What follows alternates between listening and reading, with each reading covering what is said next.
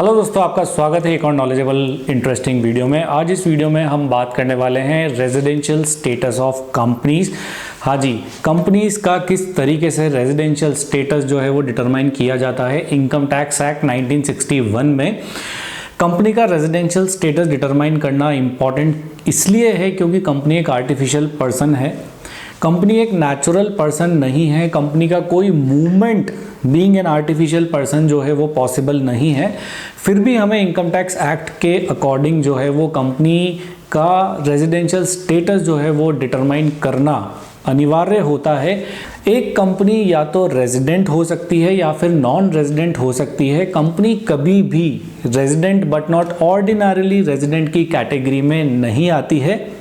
यहाँ पे हम इम्पोर्टेंटली दो कैटेगरी ऑफ कंपनीज की बात इस वीडियो में करने वाले हैं, एक तो इंडियन कंपनी और एक फॉरेन कंपनी। हाँ जी, इंडियन कंपनी की सबसे पहले बात करते हैं कि अगर कोई कंपनी इंडियन कंपनी है, इंडियन कंपनी का मतलब वो कंपनी जो इनकॉर्पोरेट हुई है इंडिया में according to the Indian laws. वो कंपनी जो इंडियन कंपनी है जो इंडिया में इनकॉर्पोरेट हुई है according to the Indian laws, उसका रेजिडेंशियल स्टेटस कैसे डिफाइन होगा। वो कंपनी हमेशा जो है वो रेजिडेंट ट्रीट की जाएगी। उस कंपनी का रेजिडेंशियल स्टेटस हमेशा रेजिडेंट होगा, चाहे उस कंपनी के शेयर होल्डर्स जो हैं वो इंडिया से बाहर लोकेटेड हैं या फिर 50% और मोर देन शेयर होल्डर्स जो हैं वो इंडिया के बाहर हैं, वो नॉन रेजिडेंट हैं, तब भी इंडियन कंपनी जो है उसका रेजिडेंशियल स्टेटस हमेशा रेजिडेंट ही माना जाएगा।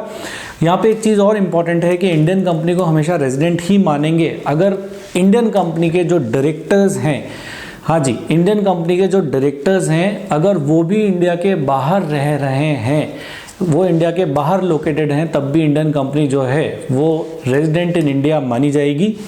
अब नेक्स्ट कैटेगरी की बात करते हैं फॉरेन कंपनी की। फॉरेन कंपनी में भी यहाँ पे दो अलग अलग कैटेगरीज आती हैं। सबसे पहली कैटेगरी वो फॉरेन कंपनी, सबसे पहले मैं आपको फॉरेन कंपनी का मतलब बता देता हूँ। वो कंपनी जो इंडिया में इनकॉर्पोरेट नहीं हुई है, वो कंपनी जो बाहर इंडिया से बाहर इनकॉर्पोरेट हुई है एज पर फॉरेन लॉज, वो कंपनी जो है वो कहलाती है फॉरेन कंपनी। अगर फॉरेन कंपनी का आपको रेजिडेंशियल स्टेटस डिफाइन करना है तो यहाँ पे फॉरेन कंपनीज की इंपॉर्टेंटली दो कैटेगरीज हैं।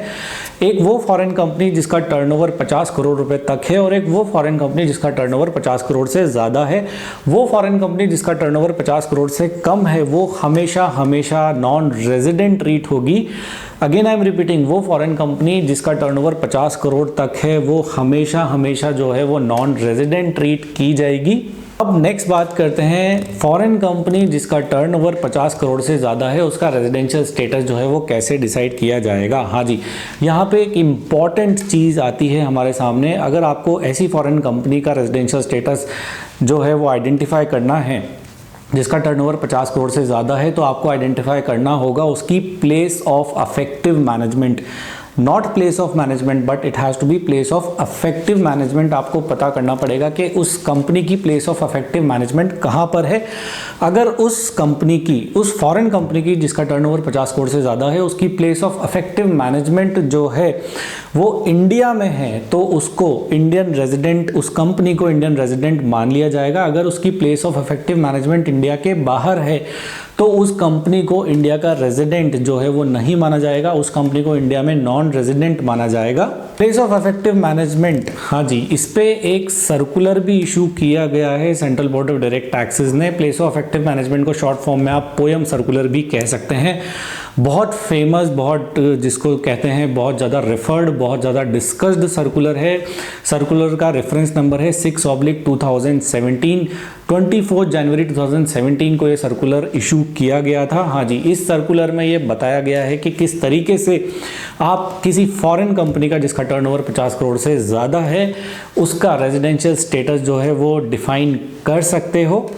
अफेक्टिव मैनेजमेंट पोयम जो मेथड है for determining residential status of a foreign company, ये एक इंटरनेशनली एक्सेप्टेड टेस्ट है, एक इंटरनेशनली एक्सेप्टेड प्रिंसिपल है फॉरेन कंपनीज का रेजिडेंशियल स्टेटस डिसाइड करने के लिए। हाँ जी, तो ये है एक इंटरेस्टिंग वीडियो एक कंपनी का रेजिडेंशियल स्टेटस डिफाइन करने के लिए। कंपनी का रेजिडेंशियल स्टेटस डिटरमाइन करना इसलिए इंपॉर्टेंट है क्योंकि कंपनी एक आर्टिफिशियल पर्सन है।